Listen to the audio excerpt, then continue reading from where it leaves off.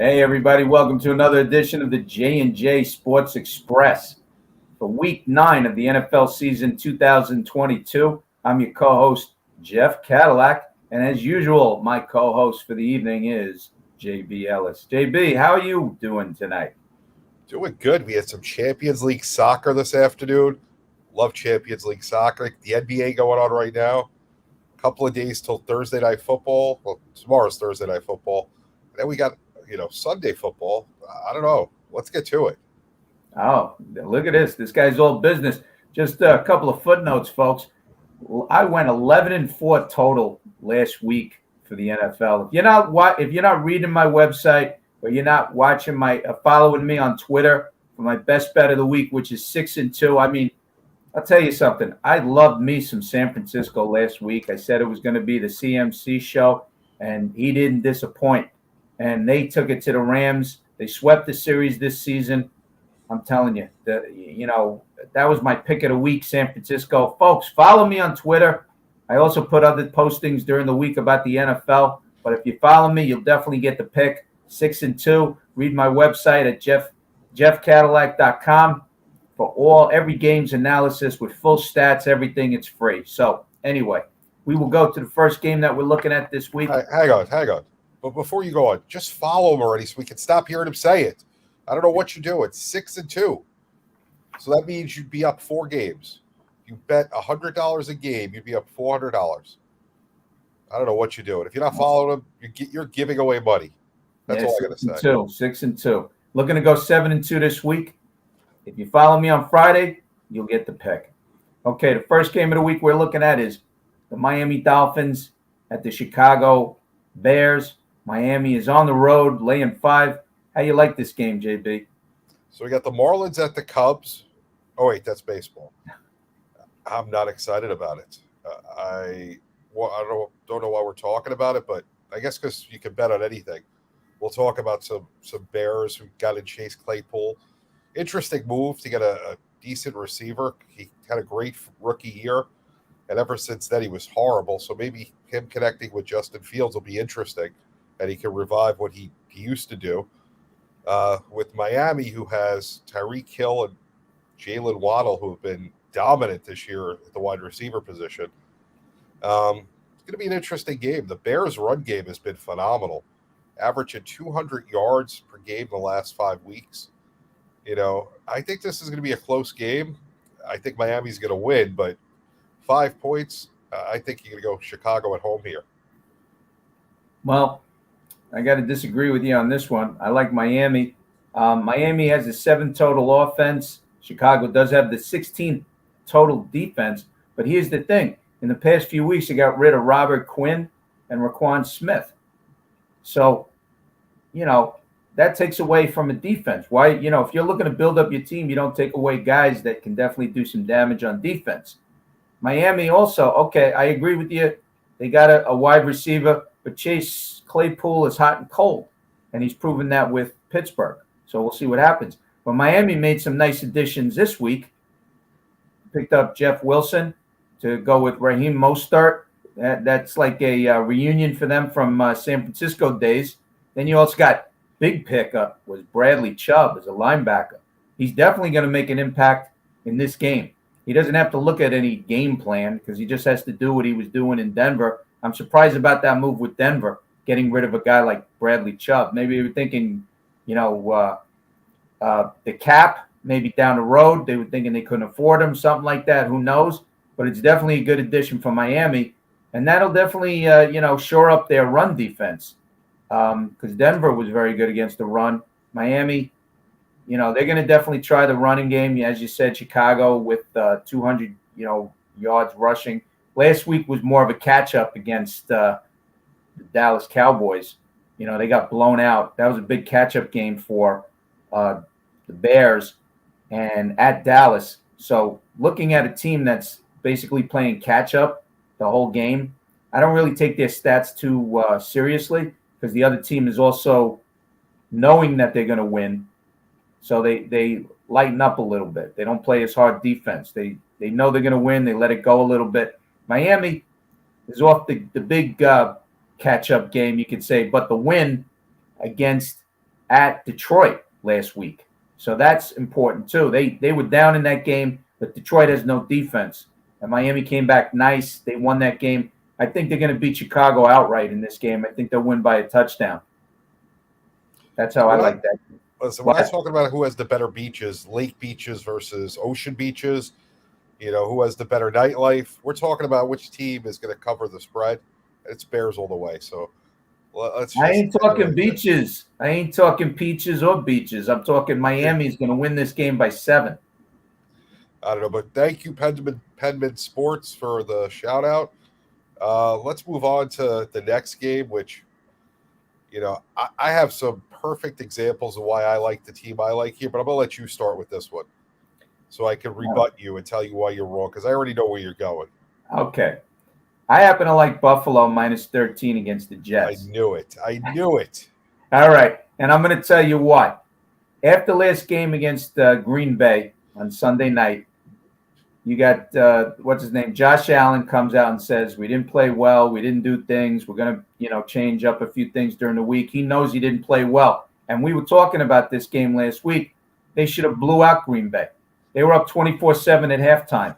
And they basically, sleptwalked to get in the second half against Green Bay. Okay? They should have blew them out. The spread was 10.5. They only won by 10. I would have had a 12-3 week instead of had 11-4. I mean, by a half a point, which is a game they should have won. But when you have a quarterback that won a game and he comes out and says, I didn't do some things right and I want to, get back to the basics, and he says the team didn't do things right, and this is after a win, that's a winner, my friend.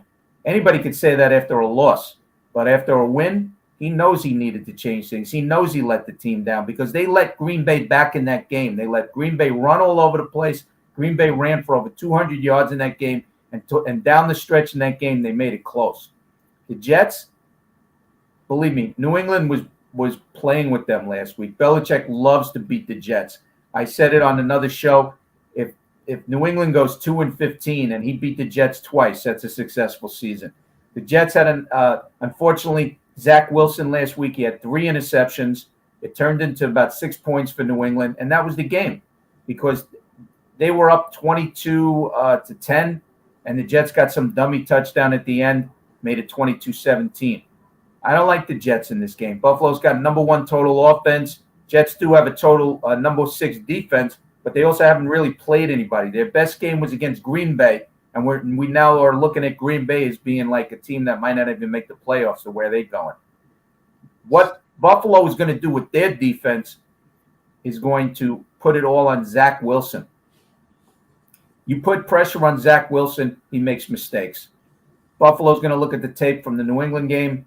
They're going to be all over him. I know what you're thinking. They're going to run the ball. They got Carter. They got the guy from Jacksonville.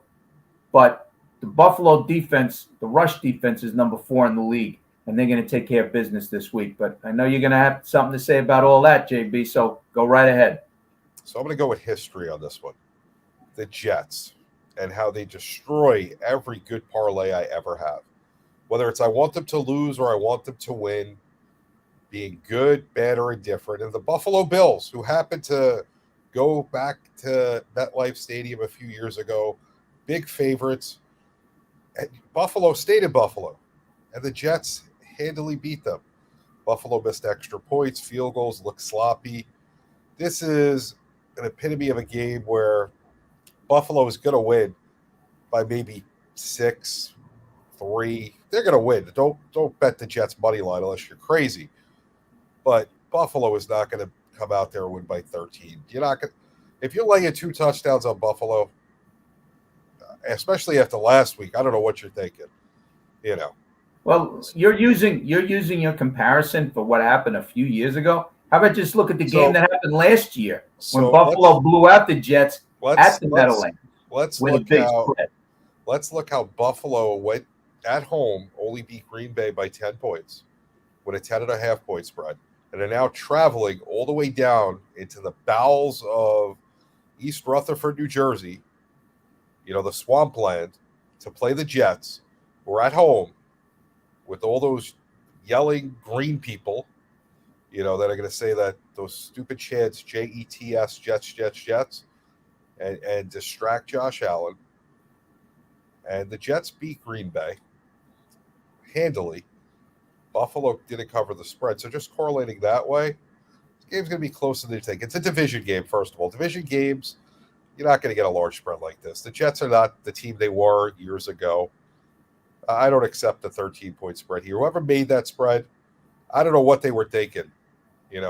This goes to, I was looking at the lines of basketball today, and it comes down to, I think sometimes odds makers don't look at how teams are playing and what's going on. They look at team names because they have to spread the bets evenly so they can make money. Because it's all about the book making money when you make lines. It's for no other reason. And I'm looking at some of the basketball lines tonight. I'm like, that just doesn't make sense. The same thing with this line. 13 points is too much. You'd have said 8, 9. All right, maybe. 13? Nah, it's way too high. It's inflated because it's the Jets. But the Jets are going to cover. Hey, you heard it here, folks. You heard it here first. But I kind of disagree because of what Josh Allen said after the game. And I think they're going to change a few things up, and they're going to put the metal to the pedal. The foot is not going to leave the gas on this one. And they know they did it against Green Bay last week. So when he came out afterwards and he said he made a few mistakes and he didn't, plus they picked up a nice little running back in Nyheim Hines. So that should help their offense this week. I know that guy wants to get going pretty soon because he'll add something to the it was power. A great pickup. That was a great pickup by them. Right. So, hey, the rich get richer in the NFL. We're looking now. We're moving to our third game, which is at 4 o'clock in the afternoon on Sunday. The Los Angeles Rams at the Tampa Bay Buccaneers. Tampa Bay is -3, and how the mighty have fallen. I'll let you take it away on this one, JB. Wow.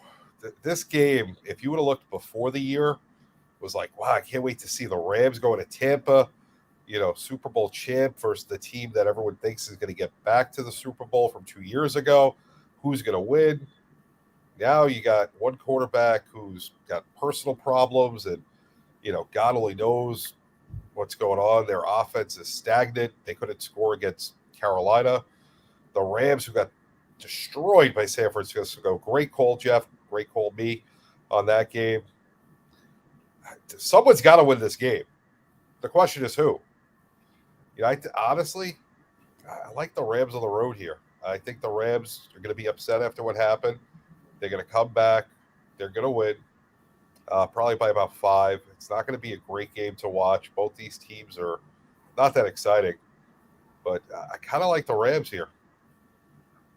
Well, I happen to disagree with you on that. I think Tampa Bay is on a 4-game losing streak, I believe. And, neither one of these teams made a deal at the trade deadline, which surprises me. That tells you that these teams are basically looking to tank it for the year. They are not looking to make any upgrades. And they don't think that the team is either going to make the playoffs or maybe they think the team is going to make the playoffs in the state they are. But I don't see it. Each team, both offensive lines are terrible. Tampa Bay is 32nd in rushing offense. The Rams are 31 in rushing offense. Like I said, no trades at the deadline. Both of these teams, look, I've said with the Rams, Stafford is just not the same guy that he was last year, and it shows. He's got no support in the backfield. Brady's got no support in the backfield. All of a sudden, Fournette has become basically invisible. The defenses on these teams for the Rams, I mean, they're always out of they're at the wrong place at the wrong time. San Francisco, I mean, they manhandled them. It wasn't even funny.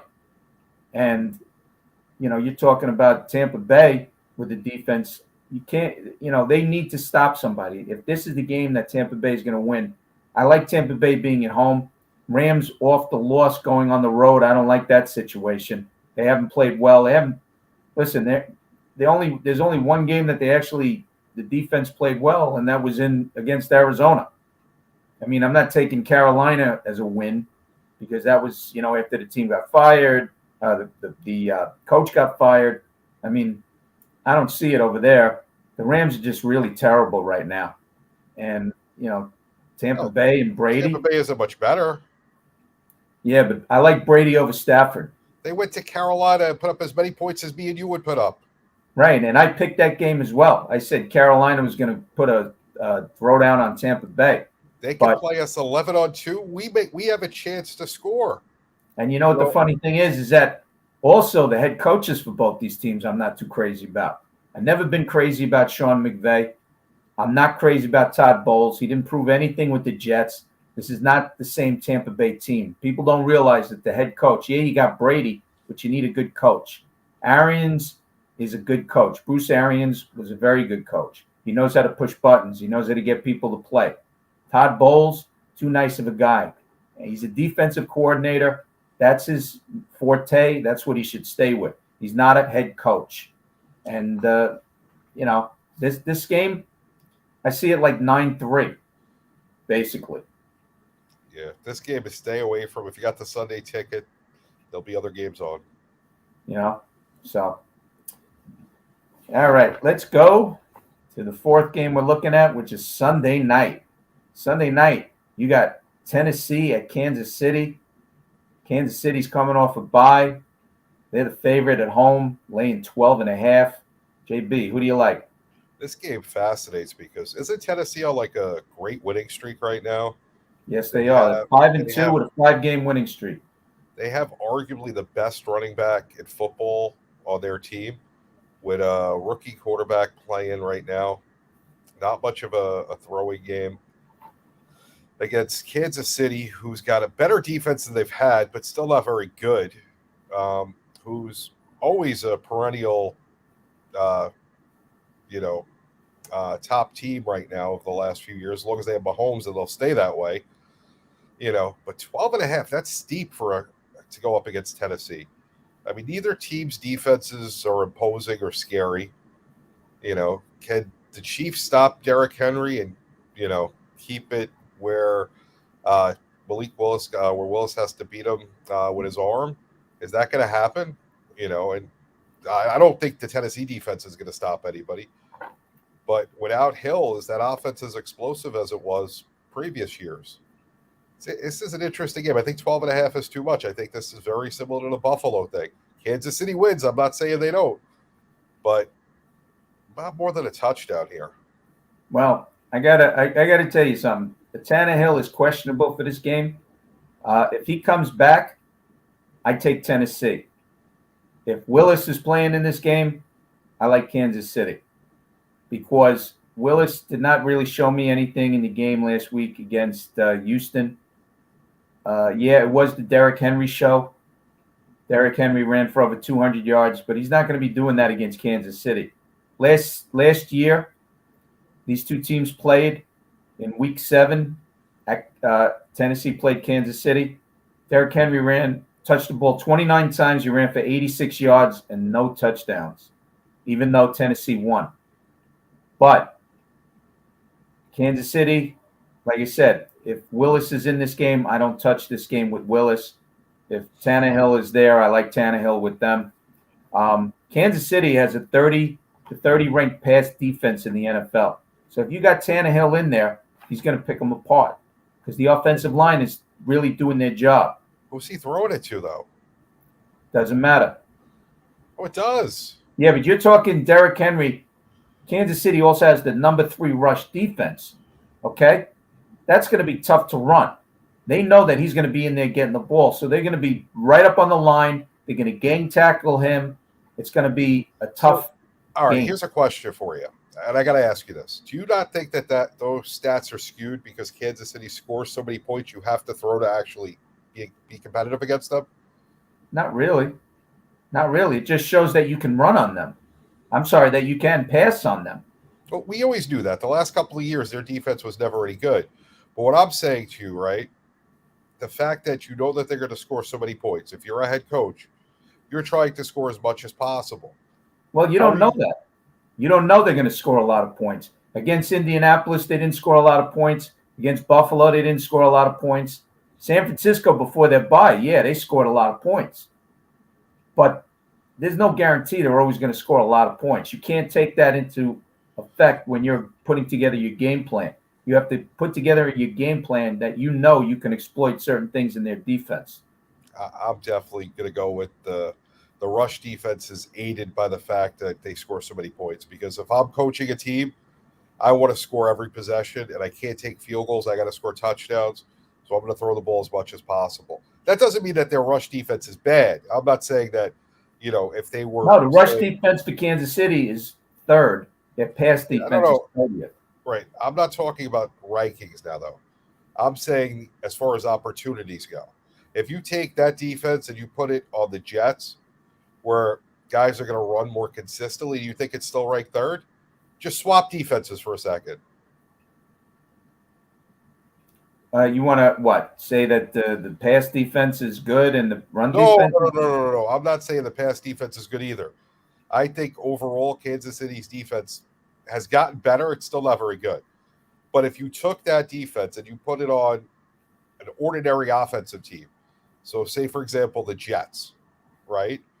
Their offense is nothing to say, oh, my God, it's the Jets we got to worry about. So you're going to game plan differently. Odds are you're going to run the ball more, which is going to lower that third to somewhere around mid-pack. Depends That's who all you I'm got. saying. You know what? There's two factors to that. It depends who you're playing. Depends on the personnel. Depends also on the coaches. You got different coaches. They work wonders.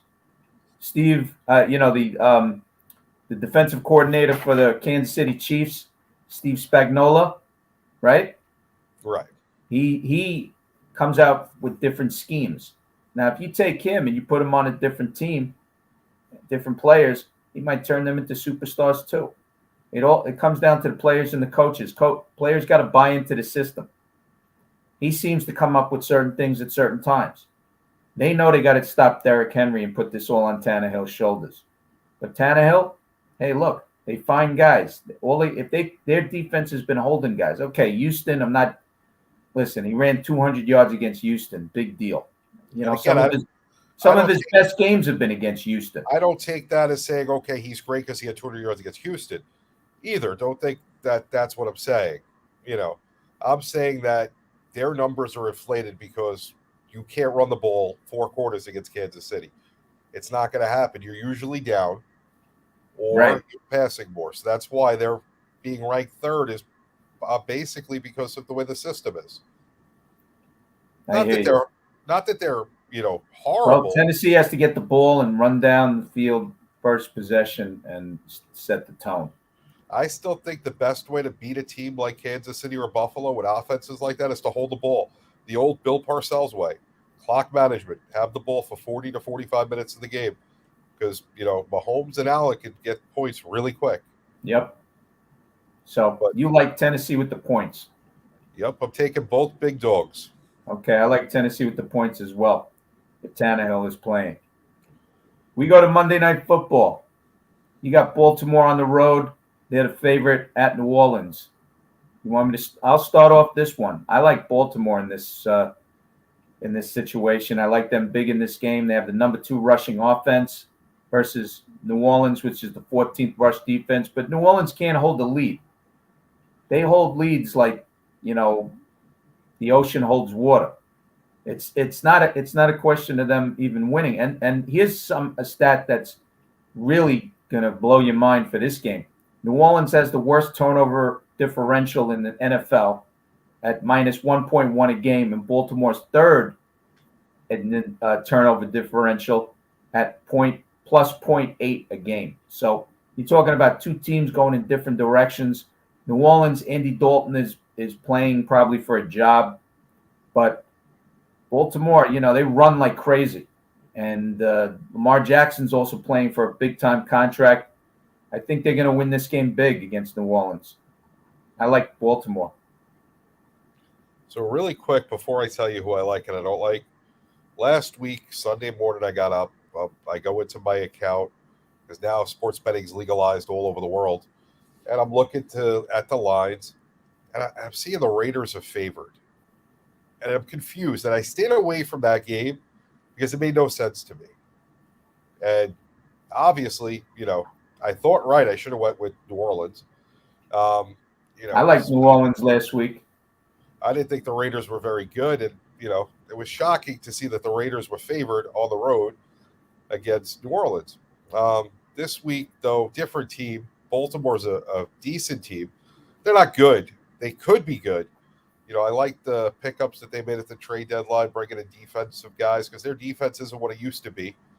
And, their defense was always stout. Now it's really good, but not as good as it was. But I do like Baltimore to come in here and actually win in prime time. I think Lamar Jackson's a better quarterback than anybody that New Orleans is going to put in there.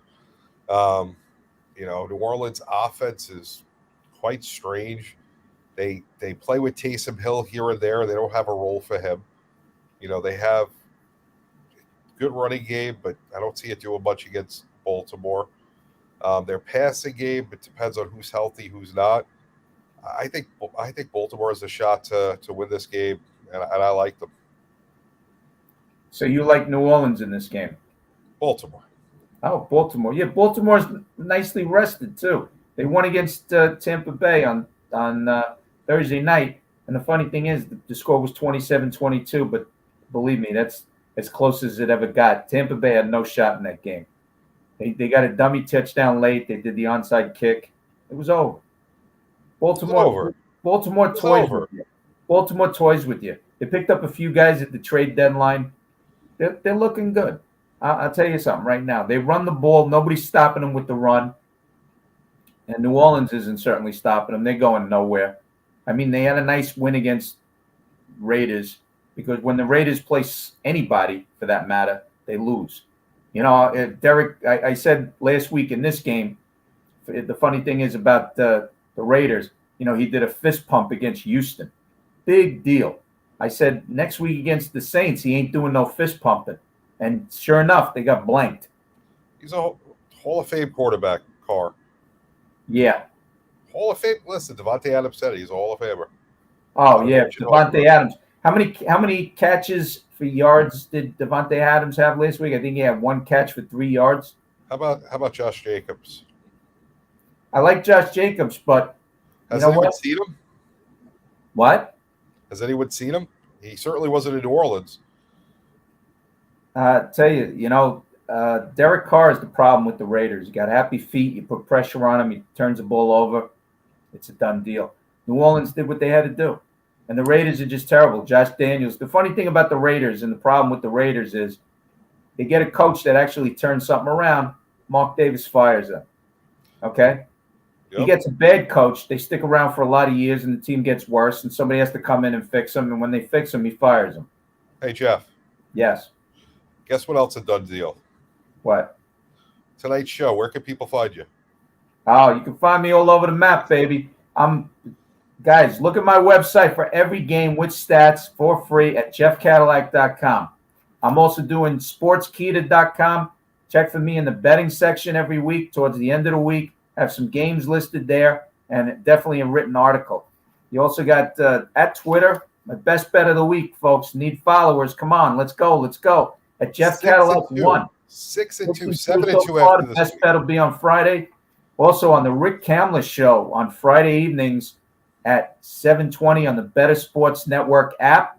Last week it was Dr. Roto filling in for Rick, but this week with Rick Kamler, we're going to be looking at some games, talking football, and sometimes some funny stuff as well. So JB_the program on Twitter. Got the South Florida Sports Exchange coming up around 9:15. Then tonight for both sides of the coin at 11:05. Don't forget Tuesday nights, 8:30, Sideline Sports. And God only knows where else you're going to find me, but make sure you're paying attention. All right, guys, it was fun. We'll see you next Tuesday. Have a great week. See ya.